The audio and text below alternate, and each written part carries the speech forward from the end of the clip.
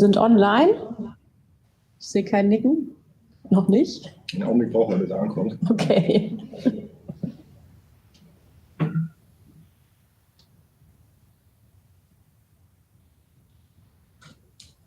So, jetzt sind wir online. Schönen guten Abend, herzlich willkommen bei der zweiten Veranstaltung unserer Veranstaltungsreihe Neue Nationalismen im Ostseeraum. Mein Name ist Cordelia Hess, ich bin Professorin für Nordische Geschichte an der Universität Greifswald und bin Sprecherin des Forschungsclusters Neue Nationalismen am IFZO. Ich erkläre gleich, was das IFZO ist. Wir machen diese Veranstaltungsreihe zusammen mit der Landeszentrale für politische Bildung, was für uns eine ganz hervorragende Möglichkeit ist, unsere Forschungsergebnisse direkt zu veröffentlichen und zugänglich zu machen, zu diskutieren. Insofern an dieser Stelle auch nochmal vielen Dank an die Landeszentrale für diese Kooperation. Das IFZO, das Interdisziplinäre Forschungszentrum Ostseeraum an der Universität Greifswald, ist ein Forschungszentrum mitten in der Arbeit und gleichzeitig noch ein bisschen im Werden. Wir haben einen Fokus auf den zentralen Fragen und Herausforderungen der Gegenwart, auch und gerade aus geisteswissenschaftlicher Perspektive. Und neue Nationalismen sind eben eine dieser Herausforderungen, die in der gesamten Ostseeregion, also in allen Anrainerländern, relevant sind. Wir definieren als neue Nationalismen die Parteien und Bewegungen, die auf eine Renationalisierung, auf eine Ethnisierung und insgesamt auf Abgrenzung zielen und die meistens eine populistische, rechtspopulistische Rhetorik pflegen. Neunationalistische Parteien im Ostseeraum sind also ein international präsentes und sehr relevantes Phänomen, das die politische Agenda setzt, das den Ton in vielen Debatten auch setzt. Die Parteien und Bewegungen in den unterschiedlichen Ländern teilen sehr viele Themen und sehr viele Kampffelder und Arbeitsfelder, sind aber in den unterschiedlichen Regionen und Ländern ganz unterschiedlich gesellschaftlich und auch parlamentarisch verankert. Einige sind eher noch in so einem Cordon sanitaire, werden von den anderen Parteien aus parlamentarischer Verantwortung eher ferngehalten, andere sind in Regierungsverantwortung gekommen. Und hierbei läuft die Trennlinie interessanterweise nicht entlang einerseits westlicher und andererseits postkommunistischer Länder, sondern Deutschland und die nordischen Wohlfahrtsstaaten kennen da mit der AfD und den Sverigedemokraterna ganz ähnliche Phänomene, wie zum Beispiel Dänemark mit der Dansk Folkeparti oder Polen mit der PiS-Partei oder dem Land, um das es heute unter anderem gehen soll, Estland mit der konservativen Estnischen Volkspartei. Wir wollen heute auf der östlichen Seite der Ostsee bleiben, in den postkommunistischen Ländern. Und insgesamt für unsere Veranstaltungsreihe haben wir uns zum Prinzip genommen, dass wir immer zwei internationale Experten, Expertinnen haben wollen zu einem Themenfeld und das Ganze moderiert wird von einem Kollegen oder einer Kollegin aus Greifswald. So auch heute. Heute geht es um Patriotism but make it fashion, also weniger um politische Rhetorik und parlamentarische Strategien, sondern um die sozusagen kulturelle und lebensweltliche Verankerung von neunationalistischen Themen und Strategien in der Welt der Mode. Unsere beiden Gäste wird gleich die Moderatorin vorstellen. Die Moderatorin ist heute Dr. Yvonne Bindrim, meine Kollegin vom Institut für Feministik hier an der Universität Greifswald, die auch am selben IFZO-Cluster Neue Nationalismen als Postdoc angebunden ist. Sie ist Expertin für soziolinguistische Fragen im Finnischen und im Estnischen. Wir machen das so, dass, also Sie sehen vielleicht an dieser lernfreundlichen, aber etwas reizarmen Umgebung, dass ich mich in einem Seminarraum der Universität Greifswald befinde. Die anderen Kolleginnen sind jeweils in ihren eigenen Büros und ich bin nur kurz für die Begrüßung hierher gekommen und werde mich hier gleich rausschalten und Yvonne die Moderation überlassen. Bitte schön.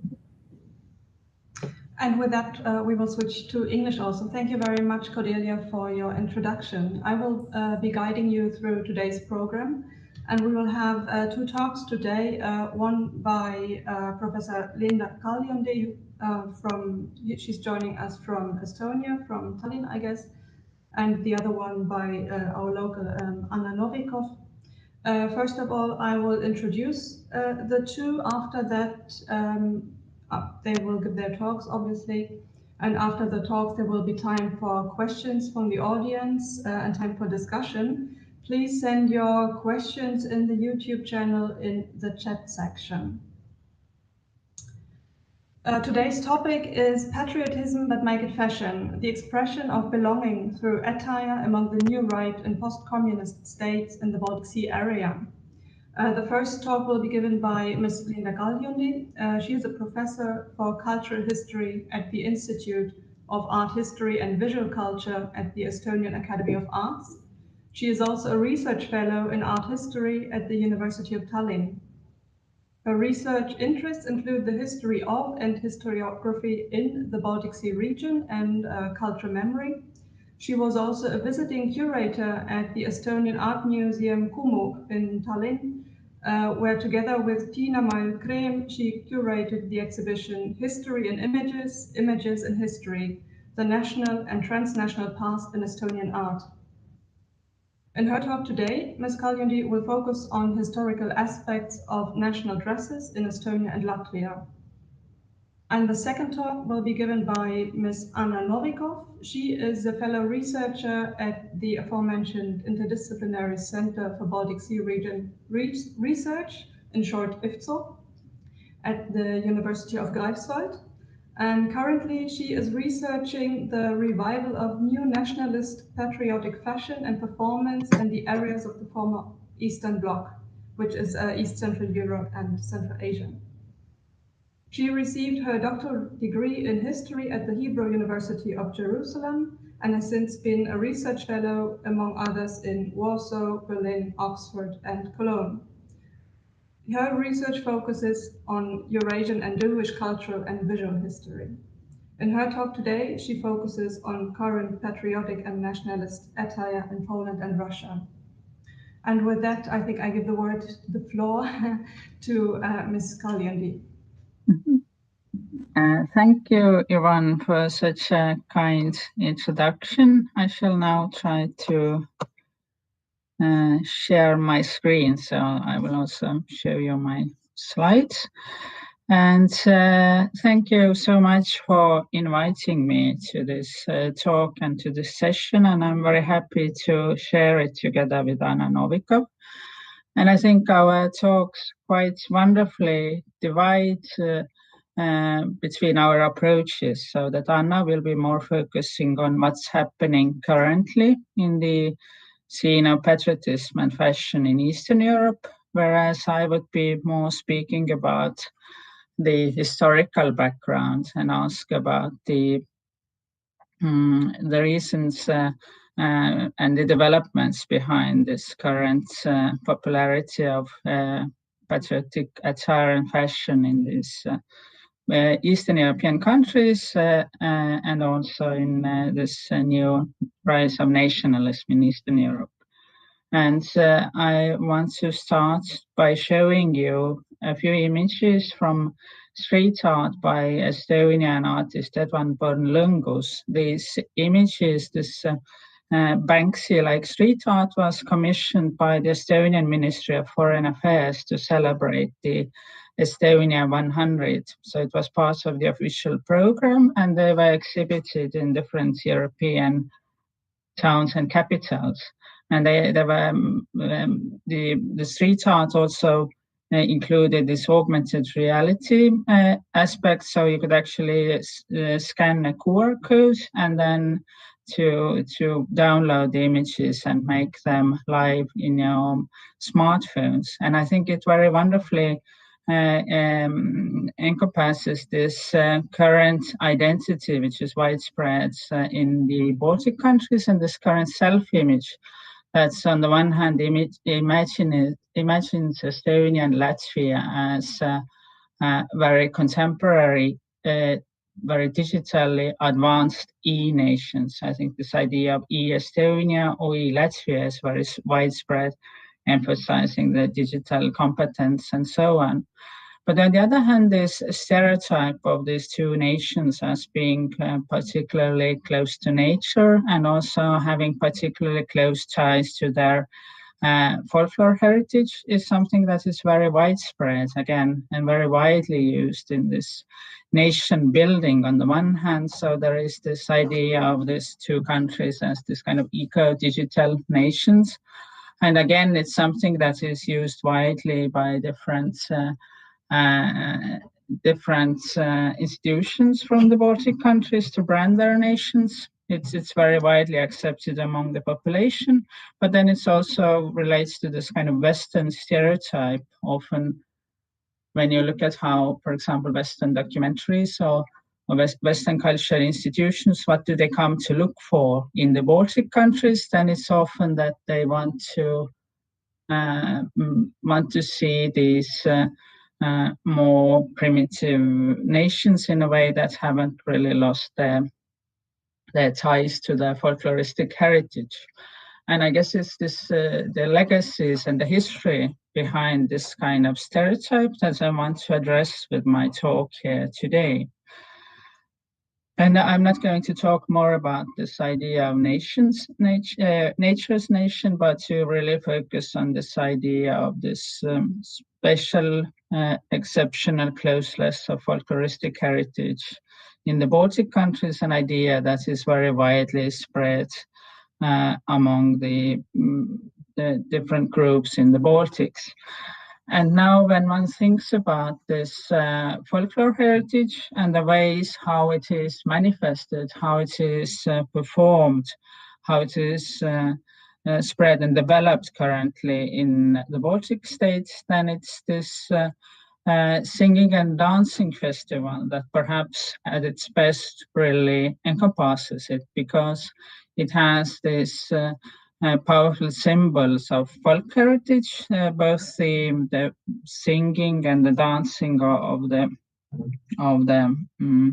musical folkloristic heritage, and on the other hand, it's the celebration of this folk dress and this patriotic nationalist dress and fashion that has become again such a powerful symbol for different ideologies for different groups in the Baltic countries.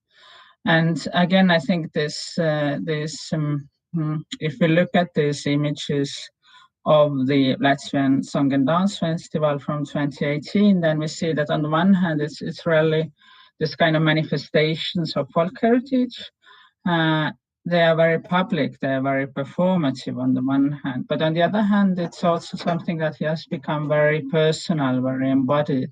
That this kind of patriotic fashion, folk dress, it's not something that people wear only during these large major singing and dancing festivals, but it's something that they also associate themselves with in their everyday life, for example, or that they could also wear it elsewhere. And there are different, handicraft has become again more popular, and so it's also that it's something that people become involved in very individually again.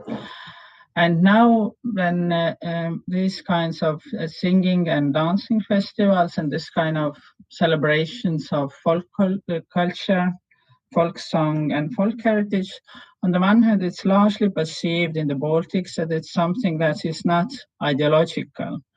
Then in Estonia, at least, there are voices from among the younger generations that have problematized this kind of celebrations of cultural heritage and shown that, as with all kinds of nationalist ideologies, it's inevitably very closely tied to the exclusion of the other and the creating our identity against the other. So here you see criticism of Mikk Pärnits, who is a culture critic from a younger generation from Estonia, who criticized one of the last large Estonian song festivals, namely because of exclusion of the Russian speakers in Estonia, and criticized it, as he said, that the song festivals have turned into a tool of authoritarian mentality to make Estonians choose and vote for Estonians.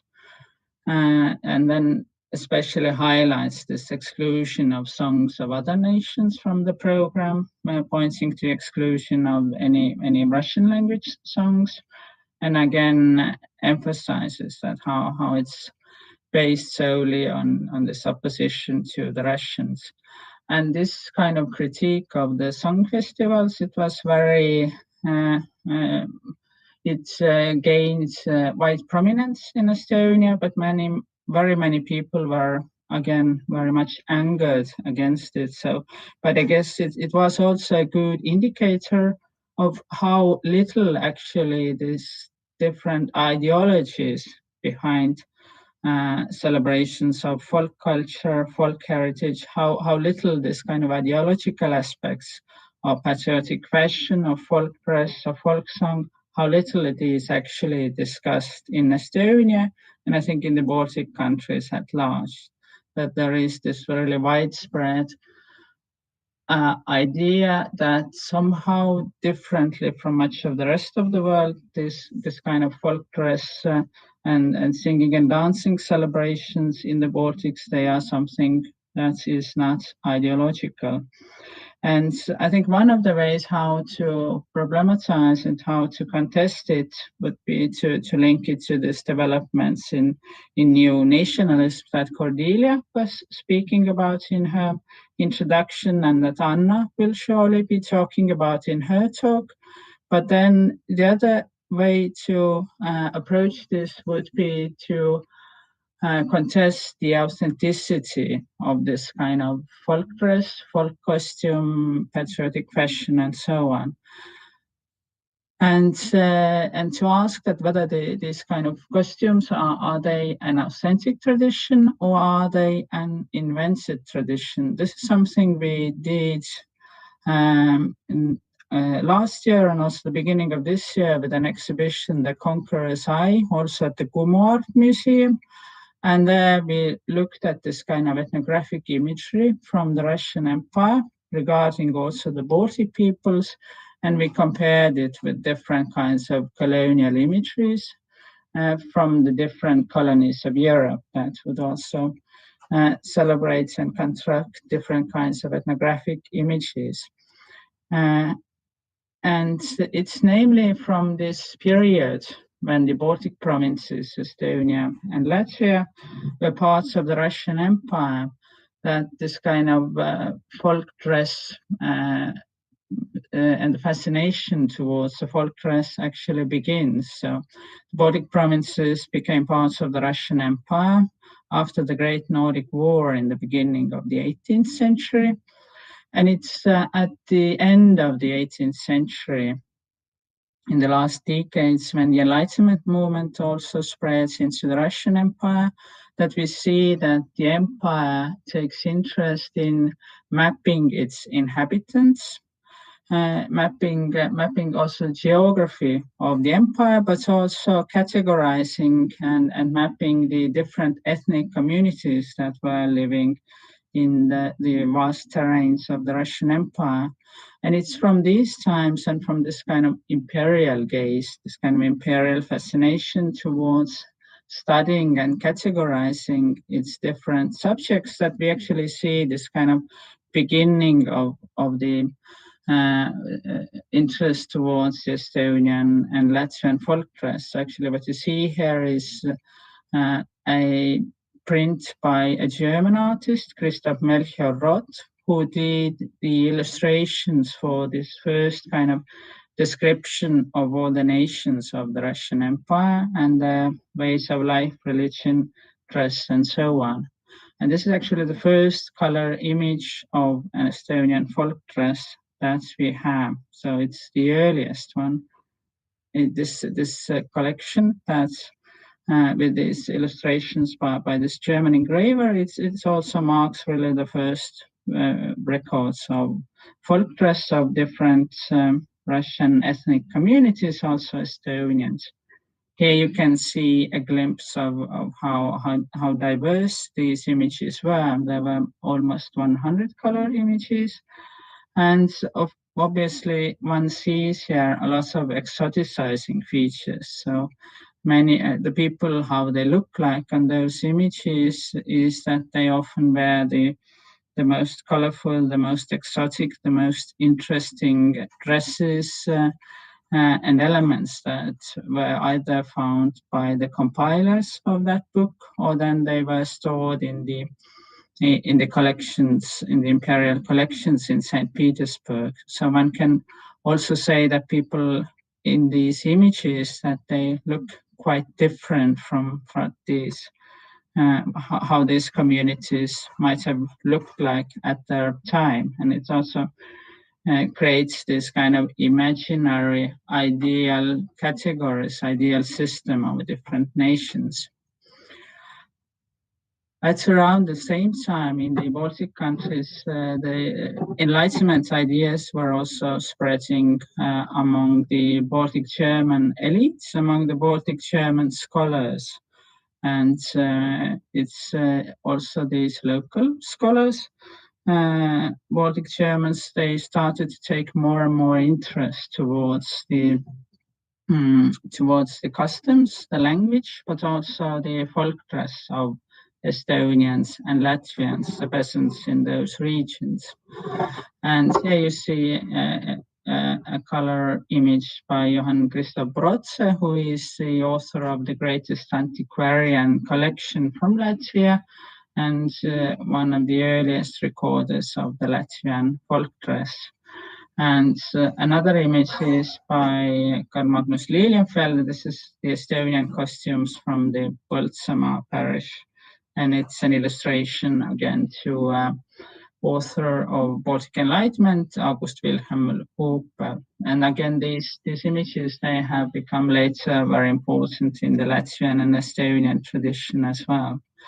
But here in the middle, I've also included an image of where you can see a lot of little books. So I would also like to argue that this local Baltic German tradition, where the local Baltic German elites were picturing the Baltic peasantry in their folk dresses, that was more a book tradition. So it was not something that spread in large paintings, but it was rather a part of this learned elite culture. And of course, it also echoes larger pan-European or even global interest towards the customs and also the dresses of the local peasantry.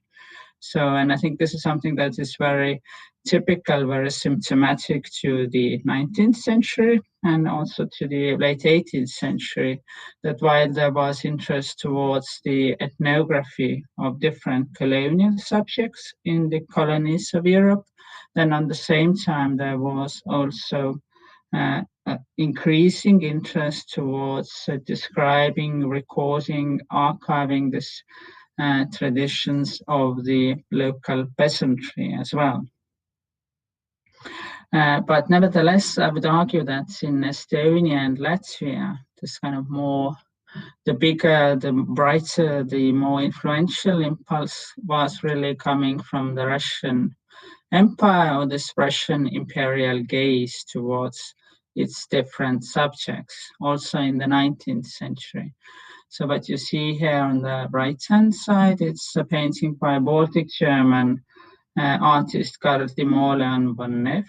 It's a very idealized image, construction of very idealized construction of Estonian peasantry and their folk dresses. So you see peasant girls in silk gowns that they probably were not, or most surely were not wearing at their time.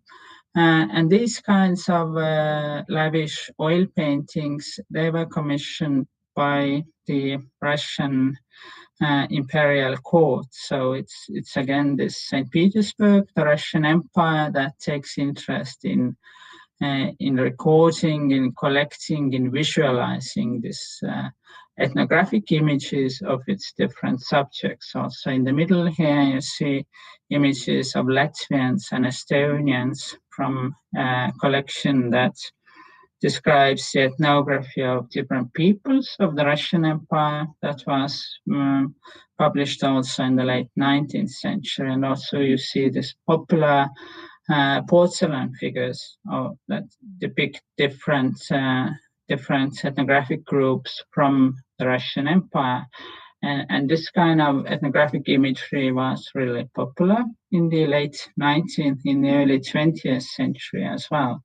So it's this kind of impulse, and also the market for this kind of imageries, for this kind of ethnographic displays was coming from the centers of the Russian Empire.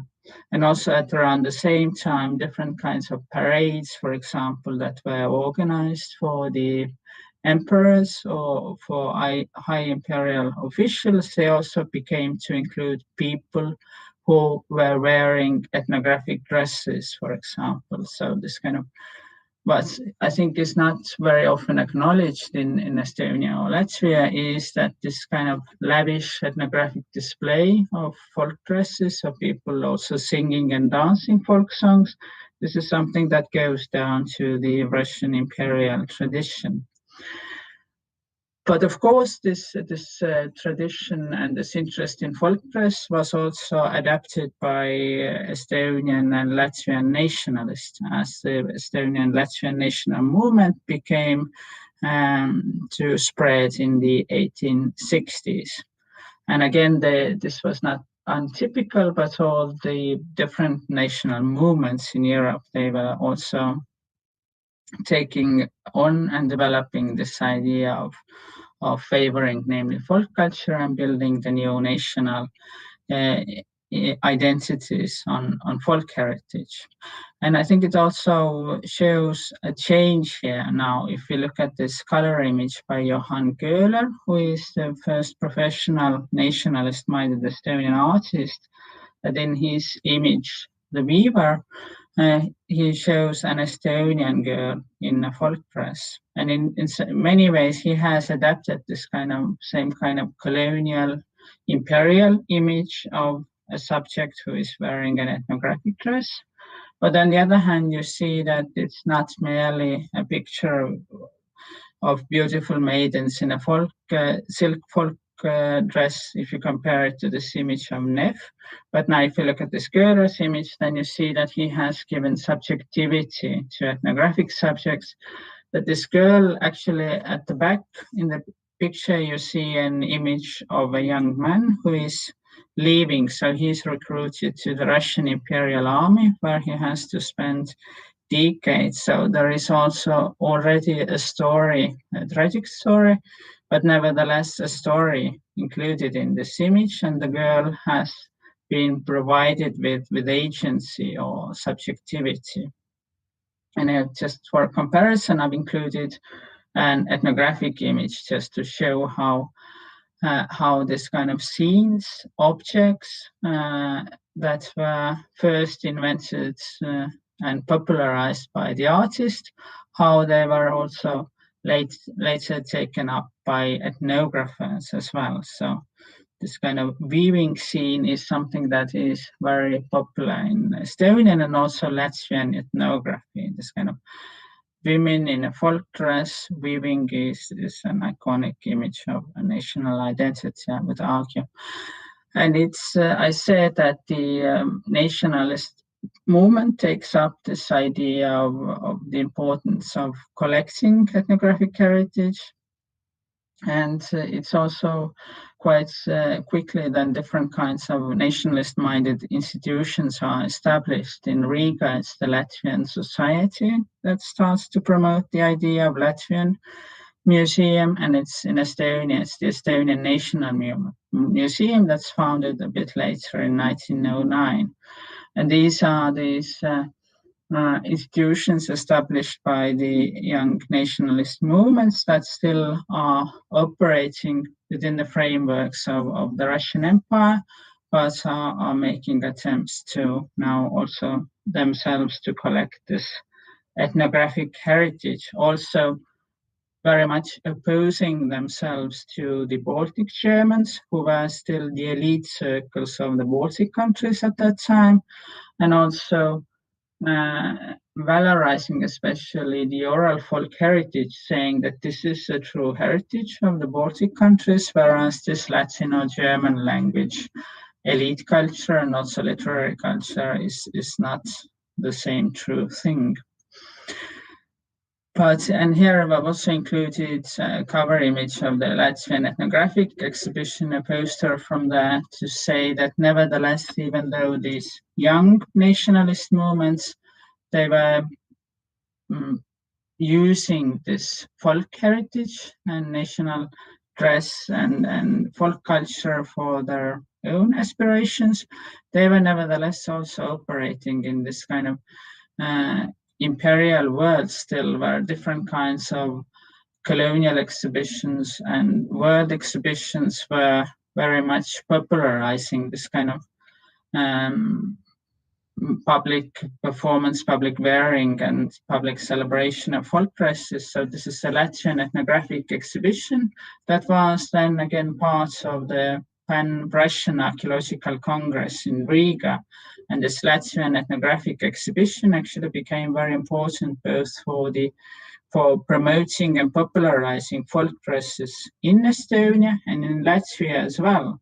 But this exhibition actually takes part in a framework of, again, an all-Russian exhibition, and it was also closely linked to different kinds of ethnographic displays of folk dresses in different kinds of all-Russian exhibitions within the Imperial Russia, in St. Petersburg and in Moscow as well.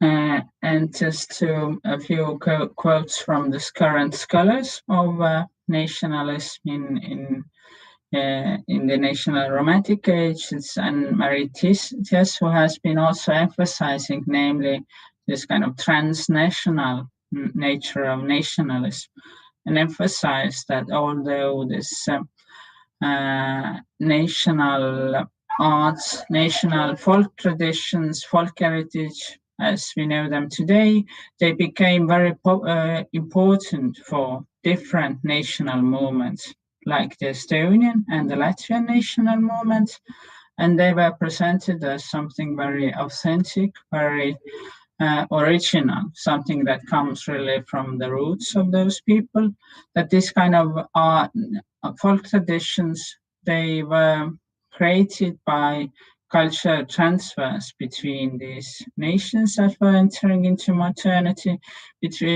and this kind of cultural transfers and transnational exchanges between the people who were promoting and also collecting these folk heritage, folk dresses. They were decisive for the creation of an authentically national popular culture.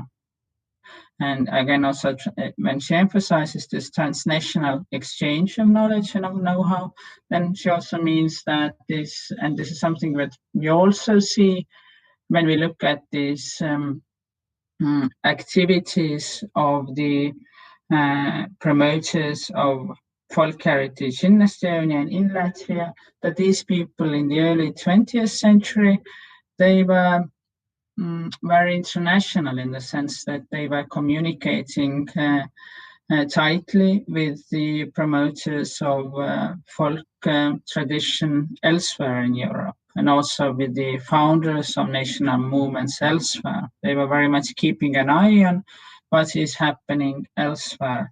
And this is also from where they learned how to collect, how to valorize folk heritage, including the folk dress, and what kind of elements were valuable, what kind of elements were worth to collect, how to display them, how to popularize them, and so forth. And what we also see happening in this early 20th century Estonia and also Latvia is that this folk culture, folk heritage that the young national movements and their activists were collecting and promoting, that this kind of folk heritage and folk art, it was connected to the ancient pre-colonial past as well. Because Estonia and Latvia, their national identities are very much opposed to opposition with the Baltic Germans and with the Baltic German cultural heritage. They're very much defined against the German Crusades and presenting this period after the Crusades until the founding of the national independence as this kind of period of serfdom. But this also created an immense lack of glorious past. If one is to present the history and identity of Estonians and Latvians as a history of serfdom during the whole colonial period when the Baltic Germans were the ruling elites in the countries. And this is why this glorification of this ancient pre-colonial past prior to the German Crusades became so important for the Estonian and Latvian national activists.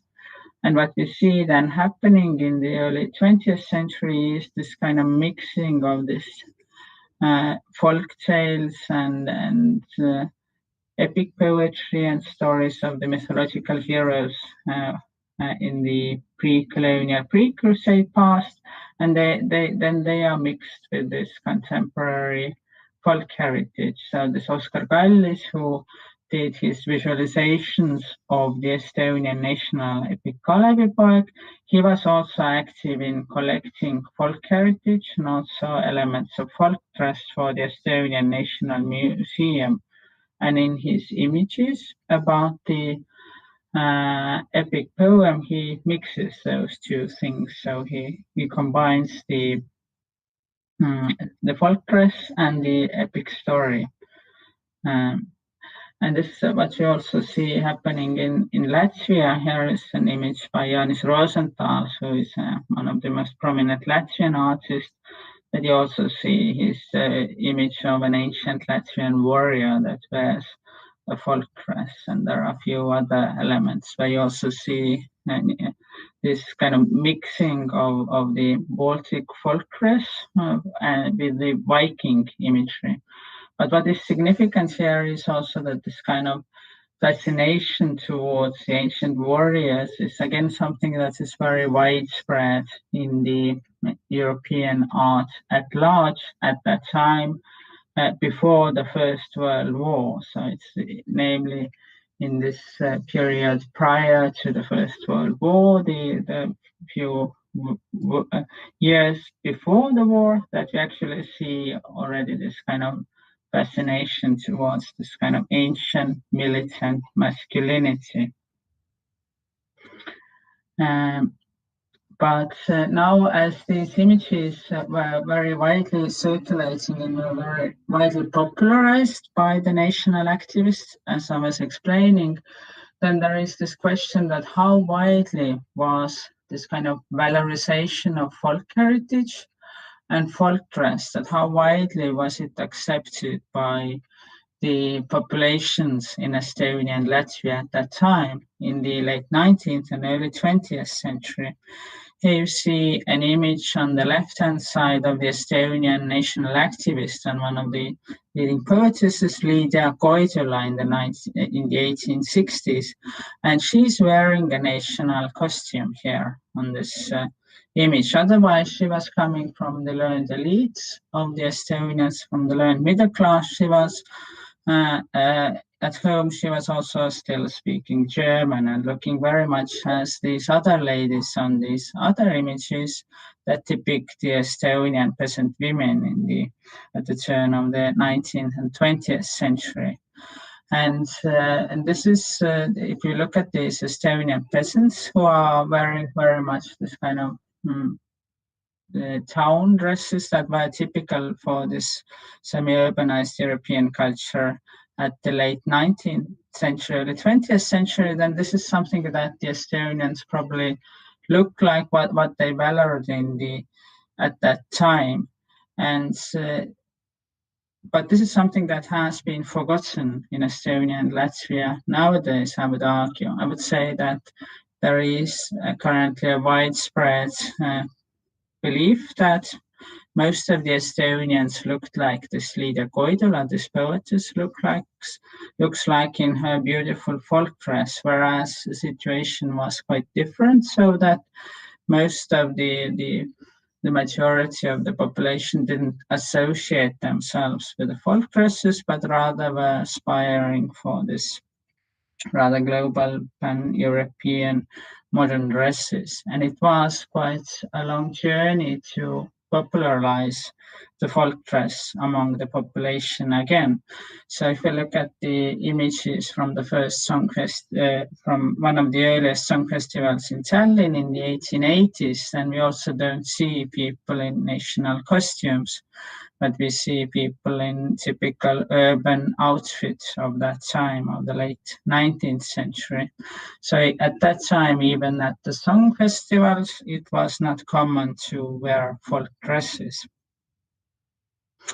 And this kind of typical image of the of people massively wearing folk dresses is something that appears only in the 1930s, both in Estonia and Latvia. So these images are from the song festivals in Tallinn and Riga, and the poster comes from Latvia. And quite tellingly, both the images, they come already from the period of the authoritarian rule in both countries, in Estonia and Latvia. So the countries became independent in the aftermath of the First World War and the Russian Revolution. They were quite democratic in the 1920s and even the early 1930s, but then the authoritarian regime was imposed in both countries. And this is also the time when state-sponsored campaigns also for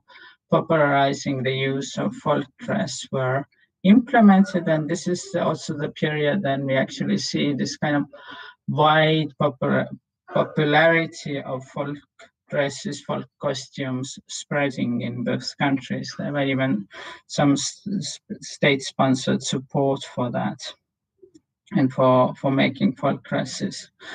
And this development continues in the Soviet times. So here you have song festival posters from Estonia from the late 1930s, so from the authoritarian regime, and also have song festival posters from the early Soviet times. And although obviously there are also changes here, then there is also kind of striking continuities also, this kind of uses of the female figure in folk costume as the embodiment of the nation, and then this wise Homeric kind of singer as the stereotype of male fashion.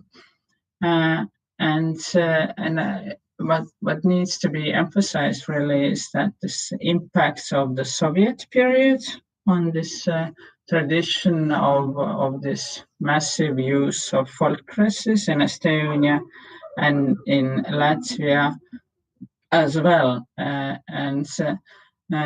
I guess this is this factor that in the Soviet period they were very largely and for a very long time favored, used, and also state-sponsored this kind of use of folk dresses in public massive performances, especially song festivals, but also in other cases. This is something that cemented and also continued the use of folk dress in Estonia, Latvia, but also elsewhere in Eastern Europe.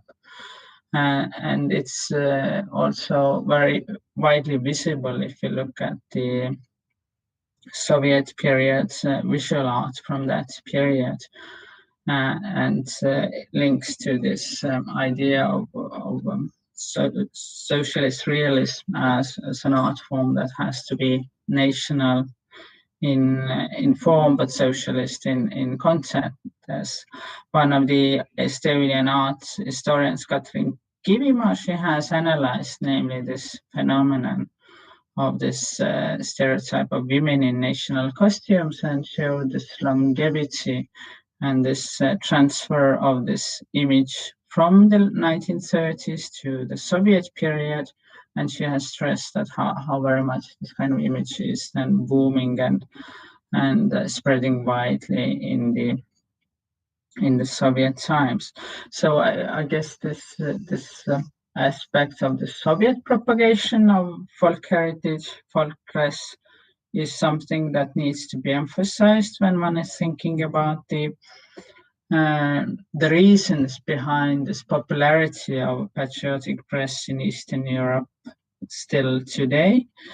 But then on the other hand, there is also this late Soviet layers when this kind of folk heritage, folk music and folk press was also very widely reconceptualized in the Baltic countries. It has been called this folklore movement in the 1970s, 1980s, where a lot of local culture figures were turning their eyes again to this local folk culture, and they were trying to modernize it and to readapt it and to sort of somehow find other ways of expression that would have been different from this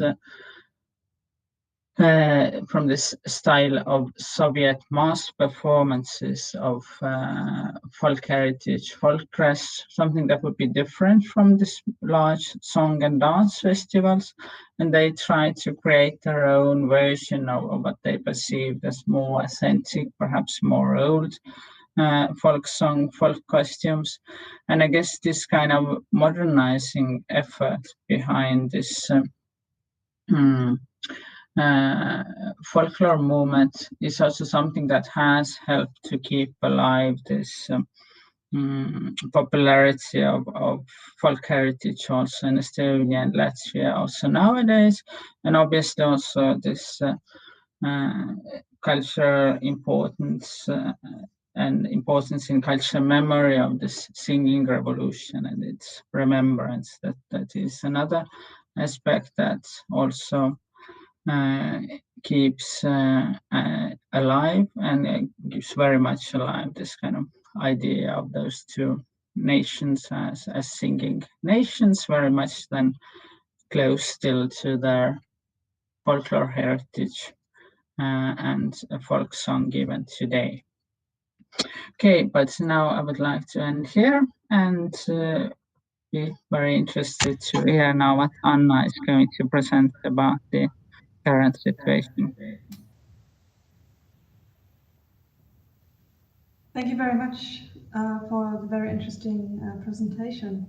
I would like to ask people the audience to pose their questions in the chat in YouTube.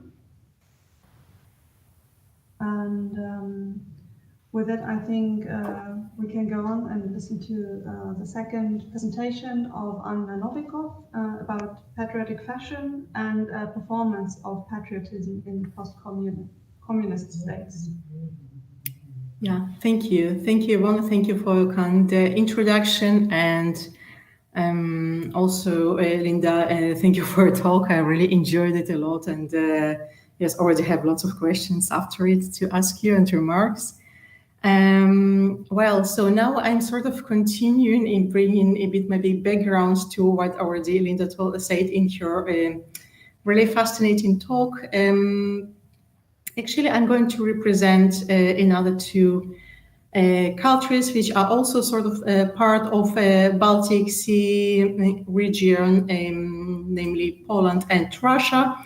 And actually what I'm going to present here, it's a part of my project with which I'm dealing already for a couple of years, and plan also to publish it hopefully soon, where I focus on a bigger area of Eastern Central Europe, focusing on Russia, Poland, Ukraine, Hungary, and also Central Asia, to see the development of patriotic fashion, new nationalist fashion, actually nowadays it's based on a background from the 19th century. So what I'm going to represent today, it's a part of it, and just when we're speaking about the new nationalist fashion or patriotic fashion, it's also important to say that actually I see it as a positive, indeed, post-imperialist phenomenon, or even already post-imperialist phenomenon of self-reinvention. And it's very interesting how different groups of new nationalist ideology in a very populistic way take recent trends which are very popular nowadays, like visual trends of Instagram, selfie, Facebook, etc., social media, and also like such global trends as, for instance, which are not entirely nationalistic, for instance, like neo-folk, revival of the folk fashion, and they channel it into the sort of, say, ideological channels in order to visualize or to promote their ideology. So as I already told, this trend of new folk, it's quite a global trend, which we can see in different parts of the world. For instance, here I brought you an example of two mountain populations. One is, of course, very famous, the Scottish example, or the example of Gorale, the inhabitants of Tatra Mountains, where we see nowadays, not only there, of course, but just an example how younger generation people nowadays take this traditional, what is regarded as traditional clothes again. I'm following here Linda's talk on the reinvention actually of people's clothes starting already in the 19th century, nowadays taken as traditional clothes, how they wear it on many occasions and see it as a part of their identity. And now, if we're speaking about the 19th century, I would like to give a very short introduction into the case of Poland and mostly to focus on the nowadays new nationalist development. So here I just would like to show you some sources of what's going on actually in patriotic fashion nowadays. And here we are starting even not with the 19th century, but basically already with the Baroque period, 17th century, when, so to say, a Sarmatian fashion within the Polish nobility. You can see here on the right the picture on the down, where actually the nobility adopted this image of ancient ancestor of Sarmatian, and self-orientalize himself, actually adopting many trends from the Ottoman Empire. We see very long garments, special white belts, swords, and also special headgear. So altogether, it's became a real fashion within the nobility, and which later on in the 19th century was already started to be interpreted actually as part of a real Polish dress, as you can see here, for instance, on the postcards. And what's also interesting that while in the 19th century, also the people dress had been romanticized and aestheticized by the romantic nationalists. In the end of the 19th century, beginning of the 20th century, it was very common among the couples to, during the wedding, to make photographs in, so to say, national or folkish dress, as we can see here. On the right, of course, again, what's called national dress or folkish, it's rather a mixture of different regional attire pieces put together, but in a way, later on, it was interpreted like a real, again, Polish folk dress. And the third development, which also is very interesting nowadays, we also speak about its impact, it's so-called black fashion or mourning fashion, which started actually to exist within especially the female inhabitants of Poland during and already before the January uprising of 1863-64. So from 1861, as a reaction to violent actions of Russia in the partition Poland, the state of national mourning, people's mourning, was declared, and especially the ladies of Poland, I'm speaking here now about Warsaw, for instance, started to wear black clothes as, so to say, sartorial protest towards against Russia. And we see here also example of special, very special and unique jewelry, the mourning jewelry, which started to develop, made from very simple materials, and again, reminding the suffer of people and some messianic ideas.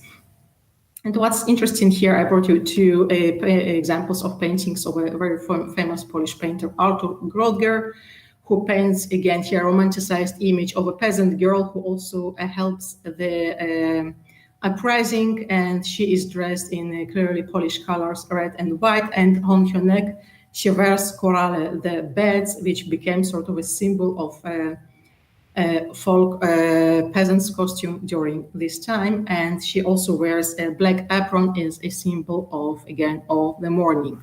So now we are jumping into the 21st century, into the latest decades, and see how it's actually started to, all these images re-adopted or reinvented in nowadays Poland.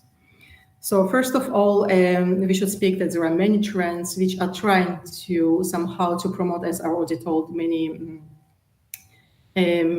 groups which are trying to promote the recent trends. For instance, here we have a very nice example of tattoos. While, as we all know, in the recent decades, tattoos became a real fashion. So, for instance, one of the, I would say, firms of patriotic tattoo initiatives decided that if you want to be fashionable and patriotic, and here again we see an example, for instance, of Górale, this mountain peasant society, who already visually are adopted to nowadays young people looking with the same hairstyle and also wearing this sort of say fashioned folk inspired tattoos. So if you want to be trendy but still patriot, you can wear this folk inspired tattoos. Or for instance, we have another example of also adaptation of not only romanticized folk dress, but also some so to say, reinvented ancient pagan tradition. For instance, here we have this collection, one of the patriotic web stores. By the way, there are really many of them. Nowadays, they are really extremely popular, these patriotic internet stores. So we have, for instance, here a collection of Perun, hinting to the ancient deities, which is also sort of a medieval Slavic symbols. And on the right, you see like an example of young people who on the one hand look quite hip, making selfie, but wearing this, still being also patriotic, wearing this really fashionable, so to say, pagan-inspired attire. So this is one of the directions. If we are following these folkish motifs, here we have some other examples from the last years. For instance, on the down on the right here in this corner, we see adaptation of Slavic yoga called Bereginia, which is very popular not only in Poland, but generally also in Russia and Poland, when, according to the beliefs, ladies wearing this folk dress and practice ancient Slavic ladies' practices, which sort of are much reminding yoga. We also have one of the trends from the last year's Slavic Zumba, which actually, again, it's a combination between some sporty dance and also some Polish dances conducted in, so to say, folkish inspired tights, for instance, or leggings.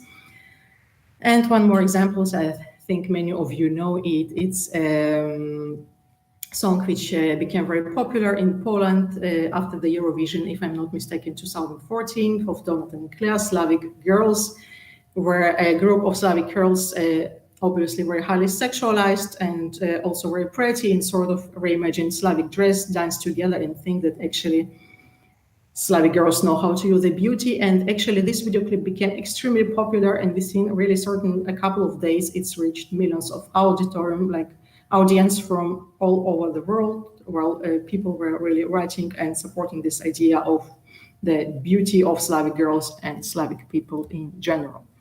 Another direction is patriotic t-shirts, which are currently very popular, not only in Poland, also in some other countries, but in Poland there are many, again, web stores or even live stores which are focusing on it. For instance, one of them is Red is Bad, which is obviously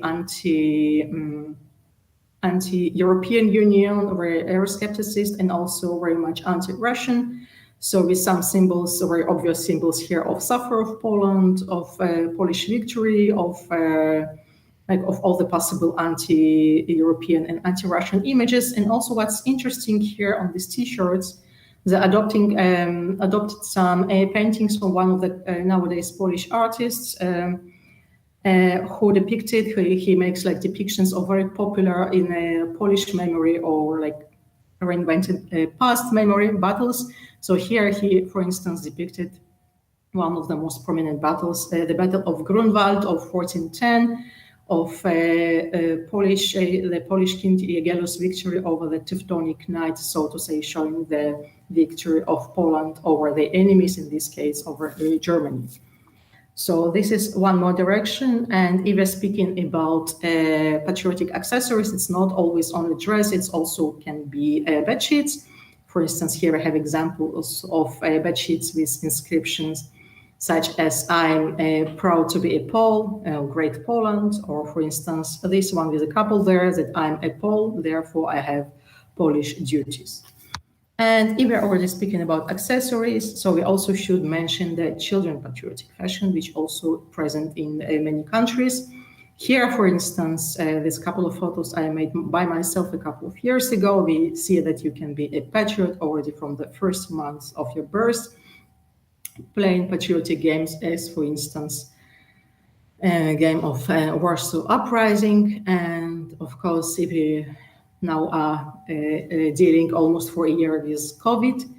So in the second, I'll mention all the issue of patriotic face masks, but here we have example, for instance, of Slavic Division store, which decided to make a special series of children masks called Little Wolf, again, referring to wolf as an ancient pagan symbol. Yes. So if we are speaking about patriotic masks, and I started to follow these trends already from the first weeks of the development of pandemics, because I was really waiting to see when it's going to be also this direction, and it became very soon in Poland.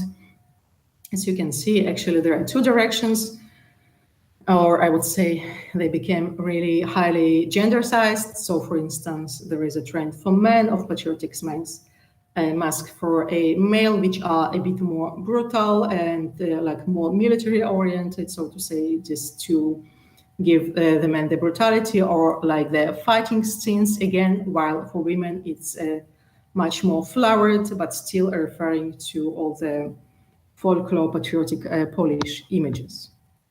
So this is the case of patriotic masks. If you remember, I mentioned the black fashion as a protest.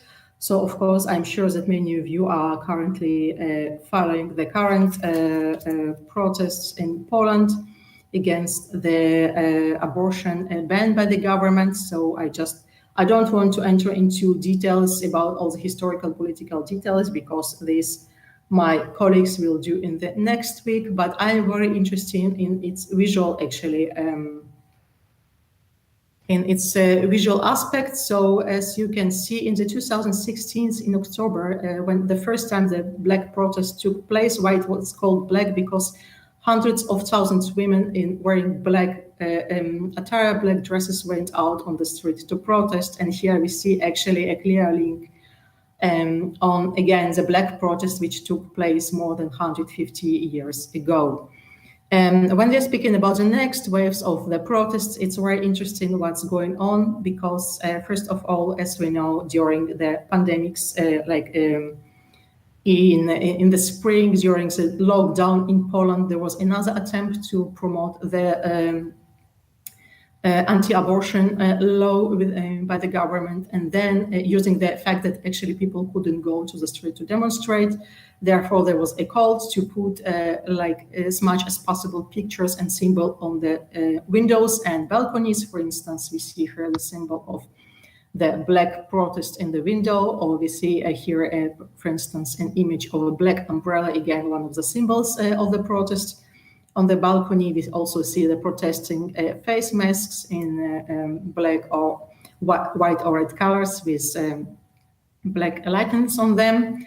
And what became also very interesting, this is one more development, that if you see this red attire, now the protest, it's not only black, but there are more and more women appearing also in red and white attire, which actually brings us to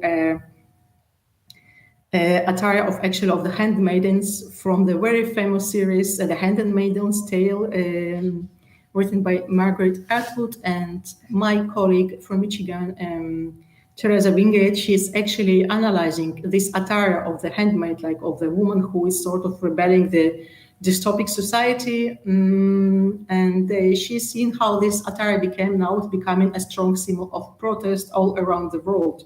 So, for instance, in Poland in July, there was, again, by the government denounced the Convention of European Council on Home Violence. So basically allowing the home violence, and then there were several protests of women wearing these red dresses, standing actually in Warsaw again to protest. And even nowadays, like in the recent protests which took place now, like in the end of October, during November, and still it takes place right now. I guess you're well updated about it. There are many women from around the world wearing these handmaidens dresses as a symbol again of fight against the oppression. Or we have also local initiatives, like for instance, one of the TV stars of Poland, Małgorzata Różanik-Majdan, with her husband, for Halloween, they decided to make this costume for the family again as a symbol of the protests against the decision of the government. So this is the part of Poland, and now I would like to move to Russia. Still, since the time it's really limited, I will not enter into the whole history of the discussion around the Russian national costume, starting from the Peter the Great actually adopting the European dress, and then again all the debates in the 19th century during the Soviet time. There is very much a lot to say about it, but I would like now to focus on nowadays developments actually, and in which way the patriotic dress in Russia is directed. So the first direction is actually I would say, the creation of an image of a proper Russian Orthodox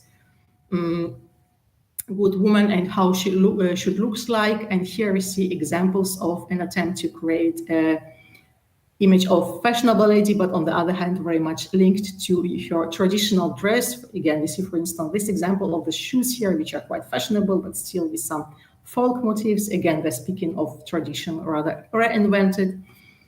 The church, the Russian Orthodox Church, very much support all these ideas, because still it's not clear actually in what way the real Russian woman in the church, for instance, what she should wear, how she should look like.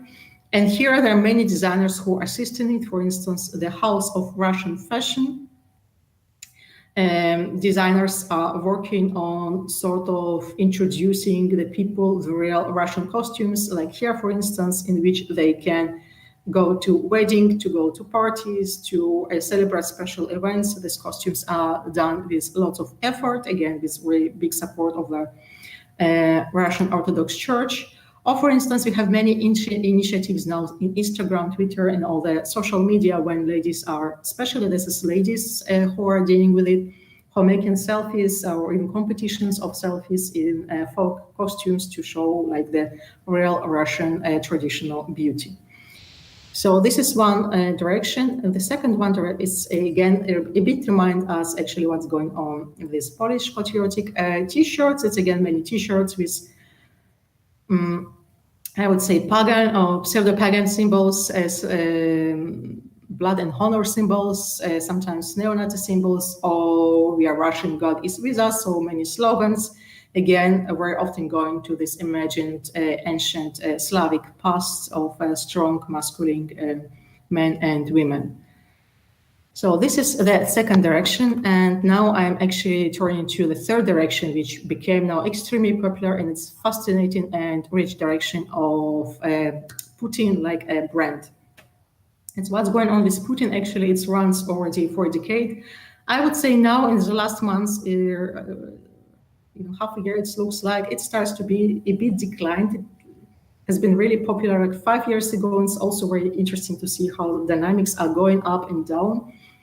When Putin became a symbol of not only of national hero, but also like visual hero. So here we have examples of patriotic t-shirts, which nowadays became really already like it's even such fashion in Russia that all the people from abroad are coming and buying these t-shirts. For instance, you can also order these t-shirts on AliExpress, like with many depictions of Putin.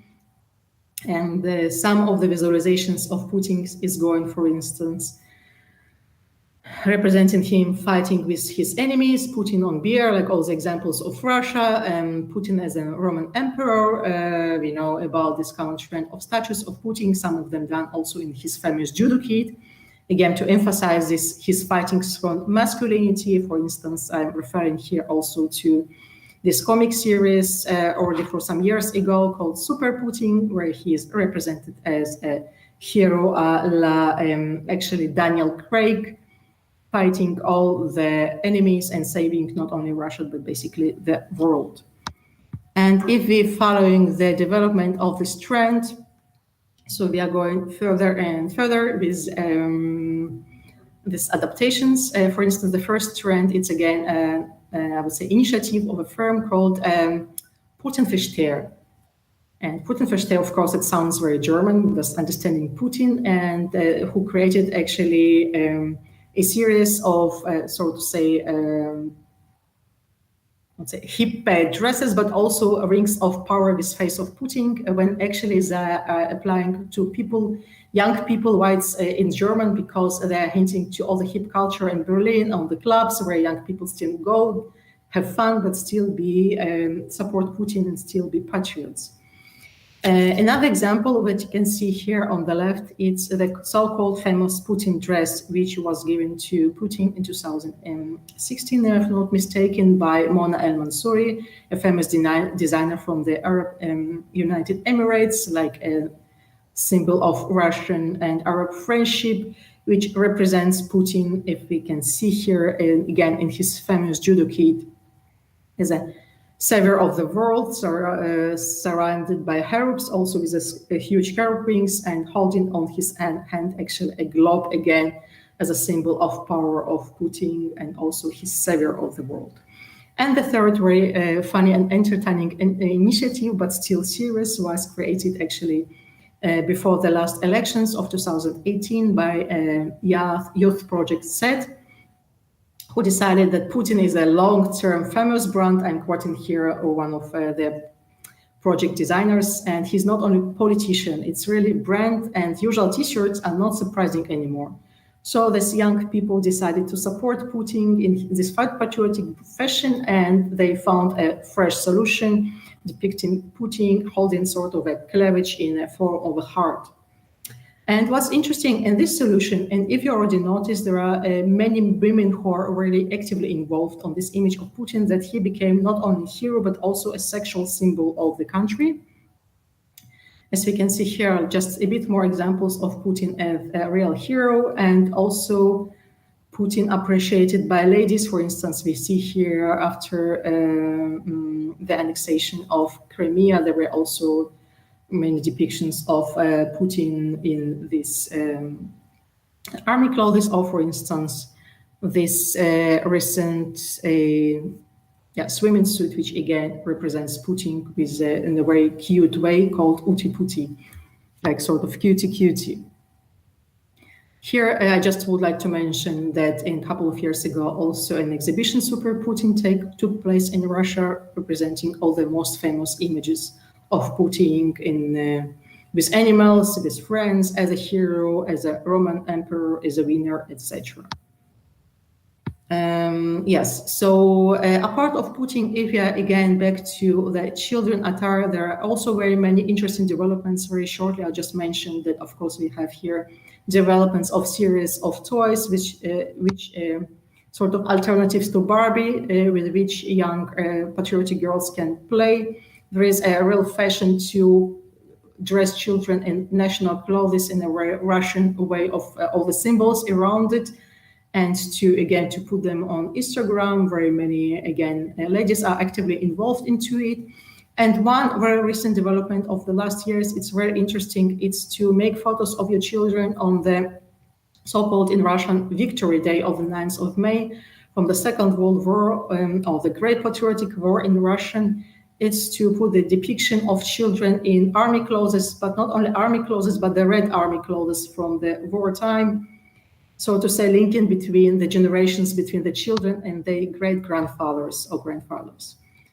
If we are speaking about the face masks, but not only face masks, what's happened in the last May, it's that Russia was celebrating 75 years of the victory. And after it, what's actually happened during COVID time, that many patriotic masks with the depictions of victory day started to appear. But I also, before the mask, I would just like to also to mention that some demonstrations took place, or parades, where enormous amount of people were in these war costumes from the Second World War, were demonstrating these children in military vehicles, so to say, showing the proud on their great parents. And if we watch here the patriotic mask, of course, some of them are with Putin, that's obviously, but also we see many depictions of the Red Army. There are motifs of various war orders, or also some inscriptions like "Thank you, grandfather, for the victory. We remember, we are proud," etc. So this is the development. And last but not least, I would like to mention here within Russia, we have also very interesting trend of Muslim fashion run especially by Chechen designers who on the other hand are trying somehow to bring some trends a la Kadyrov, who is a sort of supporter and also I would say pretends to be also like a sort of Putin and a trend. So there are many shirts a la Kadyrov which are offered to men, when actually there's also an attempt to create fashionable, beautiful, but aestheticized, but also following the Islam rules clothes for women. Again, now I just showed you some directions and some developments. There are many of them, much more of them, but I guess you could already see that there are many new nationalist trends which are trying to visualize themselves in various ways. Thank you. Thank you very much, Anna, also to you for your presentation. This would normally be the time when everybody would get up and clap, so I will take that part. Thank you very much for your very interesting presentations. Time has gone by quicker than everybody thought, I guess, but it was very entertaining, and I'm sure we all have massive questions now in our heads. I at least do, but I would like to give the opportunity to ask questions to the other people before. Are there questions from the room in Domstraße? Maybe you can just come back to the room. So there's a question in the chat now. I will read it. Professor Stefan Kessler, who is professor of Baltic Studies here in Greifswald University, he's asking, aren't two things being mixed up? One thing may be that there are such things like ethno-pop or ethno-clothing, and that these matters are more authentic.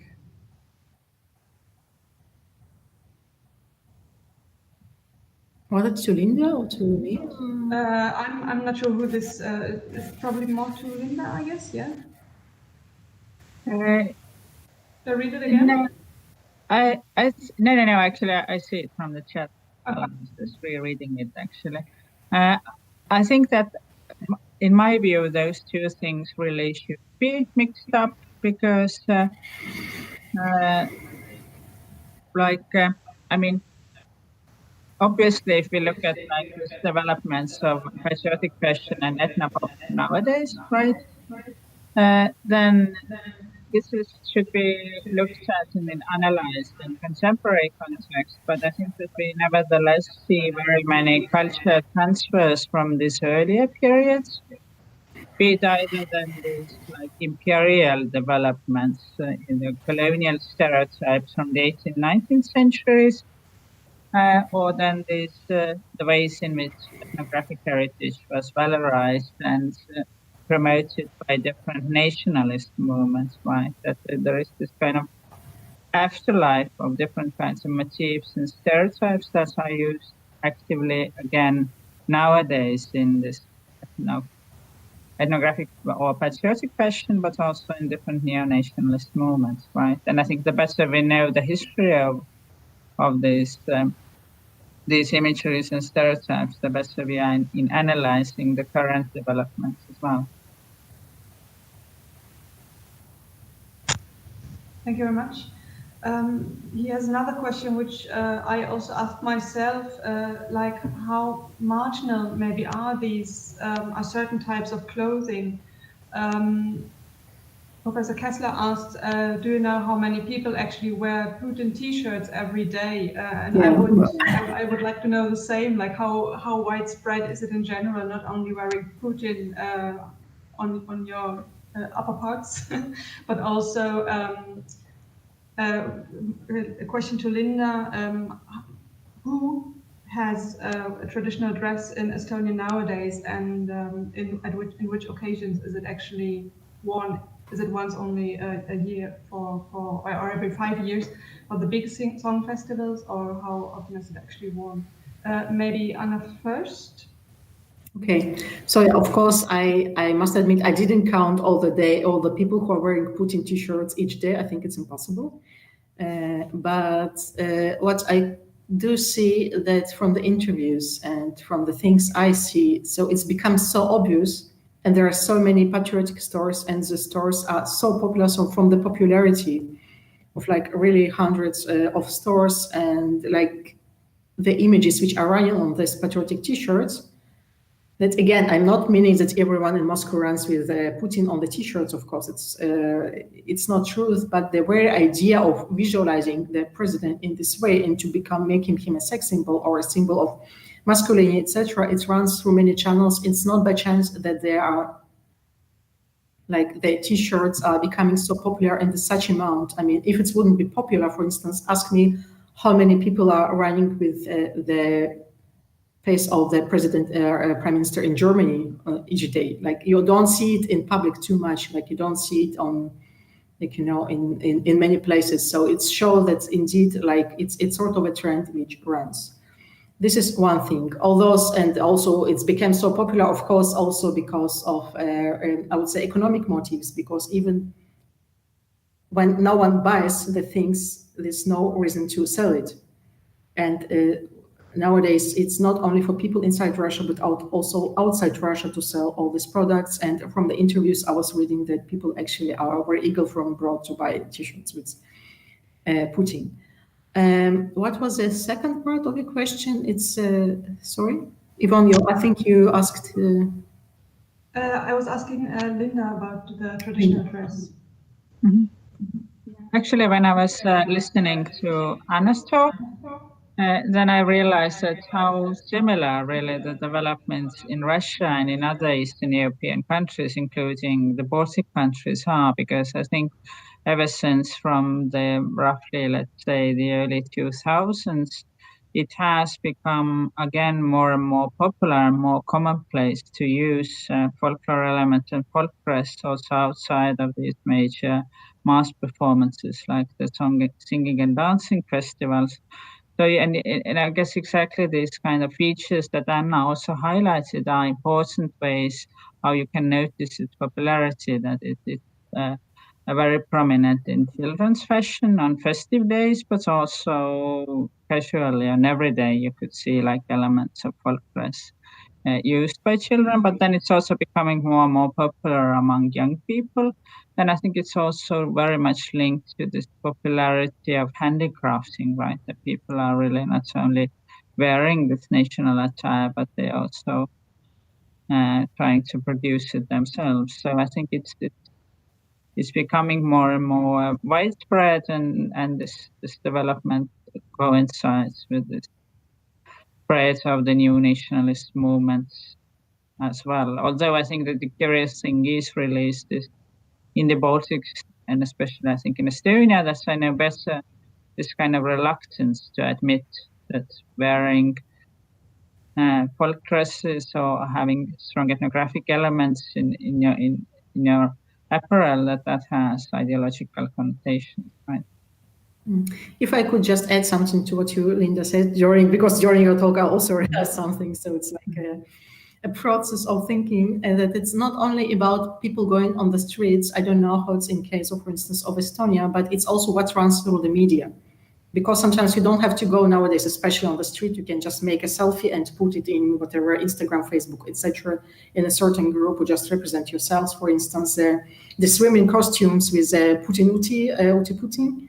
It was running mostly through Instagram, and this is how it's become fashionable. So sometimes you don't even have to wear it on a daily basis. And Anna, can you wear, for example, let's stay with Putin, it's just too simple. Can you wear Putin ironically? Is it possible? Yes. You can wear Putin ironically, absolutely, and also not only wear Putin, but there is also lots of humor around it, like around these T-shirts, lots of jokes on it, and also, for instance, there was one video clip done a couple of years ago, which many people, by the way, took seriously. They didn't realize that it was ironic, where like lots of ladies in let's say mid-50s, standing in like national Russian costumes together and singing a song where actually they're sort of singing about all the sexual fantasies about Putin.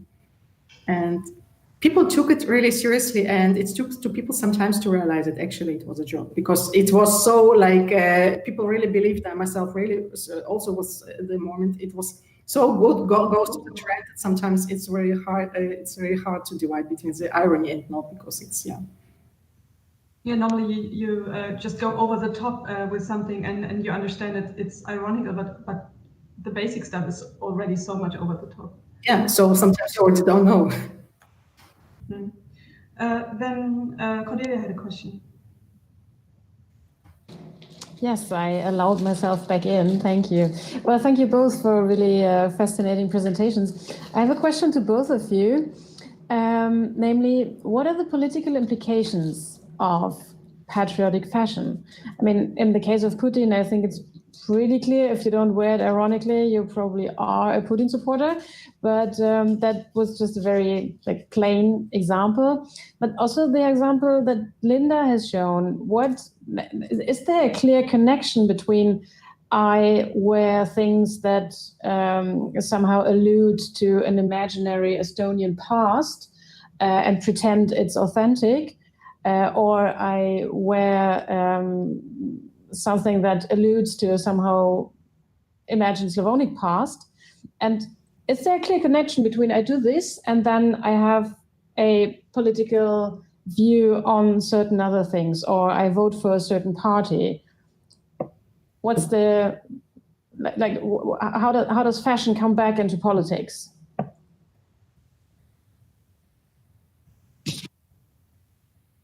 It's for both of you. Yeah, do you want to go first, Anna? I don't mind. I mean, I could react to from my side what I can see. It's that part of the obvious Putin things. It's actually you can see it in Russia, especially when you spoke about this folk dress, for instance, because it's very often, especially like linked to the church, and it's very often church is also linked to the politics of support of Putin. So when you create a house of Russian fashion, it's basically very much the openly statement is that we support the church and we support our emperor. And this is in case of Russia. In case of Poland, you also can see many people, or you could see a couple of years ago when I was able to visit it, that which are really in the daily basis someone who runs with the military clothes and special T-shirts with a special message. You can imagine that he is not probably a vegan left-wing activist or something like this, or I don't know, but vegan, but anyway. Or for instance, it was a story of Andrzej Duda, I think it was 2016 or 15, who was wearing during this visit to China, the T-shirt from Redesberg, this patriotic store. And this was a whole discussion whether he's allowed to wear such obviously nationalistic T-shirts to an official meeting or not. So they are taken politically. Yes, so I think looking at the Baltic countries, I think this kind of, again, this new growing popularity of ethnographic or folk dress and different kinds of elements in fashion, but also in different kinds of like everyday objects and commodity goods, like from the design of your milk cartons to textiles and so on. I think that definitely contributes to this kind of normalization of nationalist ideology, or this kind of makes, again, very normal and widespread this idea of nation as the way people should identify themselves, and also directly or indirectly supports this new conservative nationalist political forces. But on the other hand, I think that it has become a problem for many people in the Baltics, because there are many people who would participate in different kinds of folk dance or dancing or singing ensembles, or would produce folk dresses for themselves, but they wouldn't support the new right-wing parties, right? So I think it's like the hardest for them to position themselves. Right?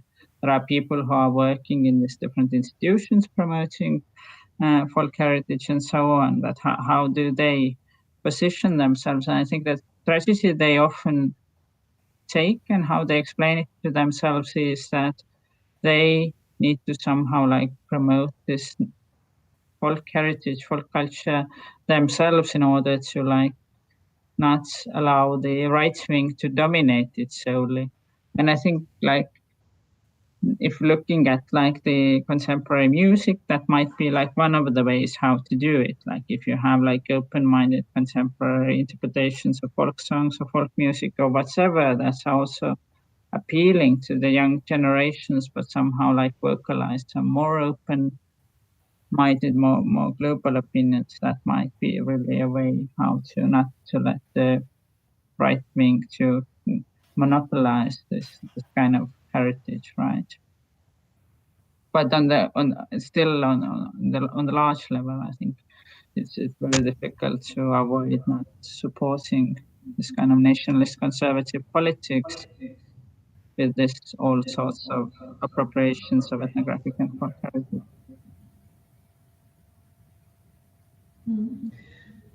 Thank you very much. I think we should wrap up soon. So I've been given the hint, but there's one last question maybe, and it goes to Linda again. I'm reading it. Linda, you can see it as well in the chat. Yeah. You emphasized the Russian element in the ethnographic descriptions of the 18th and 19th century very much. Wasn't it a global imperial element? Ethnographers in Britain and France did the same. The question comes from Alexander Drost, also from Oslo. Yeah, thank you. And thank you for bringing this out, because this is definitely important. And this is something when I mentioned the exhibition, The Conqueror's Eye, about the colonial imageries and the Baltics, this is what we very much try to do, to show it as a global phenomenon. But why I think it's still important to emphasize it in the Baltic context, namely this Russian imperial gaze, is that this is the feature or the element that has been forgotten the most. So even if like in this current discussions in Estonia that are very limited about the authenticity of folk tradition, folk heritage, folklore, it's not a question that people would like to discuss that much. But if it is discussed, then it's linked to the Baltic and scholars and cultural elites. And it's very much forgotten that this kind of ethnographic display, imagery, stereotypes, it's part of this kind of imperial gaze, in the way of running an empire by showing the diversity of the subjects and organizing this kind of ethnographic displays. So I think it's important nowadays also to not to forget it, or to even not to forget it, but to sort of remember it again. But you're definitely right that it's global. If before I'm wrapping up, can I have a little remark or question to Linda, a really short one? So it's interesting. I just wanted to say that during your when you were speaking from objectivization to subjectivization, actually, of the images of the peasants, it's really interesting because it's really reminded me of the same processes, for instance, in Poland, but also in some, I would say, post-imperialist countries, which were orientalized. For instance, in the Ottoman Empire and the Turkey, where first you have this all odalisks and harems who just looks as the fantasies, basically, and then you have the generation of young Turkish artists who are again depicting the ladies, but they're trying to bring them already, like again in these harems, but they are really trying to put them as personalities already. So it's really interesting how it's similar, all these processes, which are like in totally different parts of the world. Yeah, thank you for this comment. I think again, it's global, colonial, post-colonial phenomenon, right? Yes. Liberating nations, nevertheless, or nationalist movements, they are stuck with and working with this colonial imageries, particularly of women, right? And then how to sort of transform them and adapt them for your own cause. as one easily sees that they don't get away from this colonial gaze, right? Absolutely, yeah. Okay, thank you very much, everyone. Thank you very much to IFZO of the University of Greiz for organizing this event and inviting you two as speakers. Thank you for your fantastic presentations. It was really informative and yeah, just very interesting. I hope we can all sleep without seeing Putin tonight. And I would like to invite everyone back in the name of IFZO for next week. For the topic will be, I'll just read it in German, Lebensschutzbewegung und Kampagnen gegen Schwangerschaftsabbrüche. This is where I come back probably to Poland as well. At 7 p.m. I guess it will be. Yes, okay. So welcome back then. Thank you everyone who's been following in YouTube, and thank you everyone for posing the questions. Thank you again for everyone, and last applause. Thank you. Thank you. Thank you. Bye-bye. Well.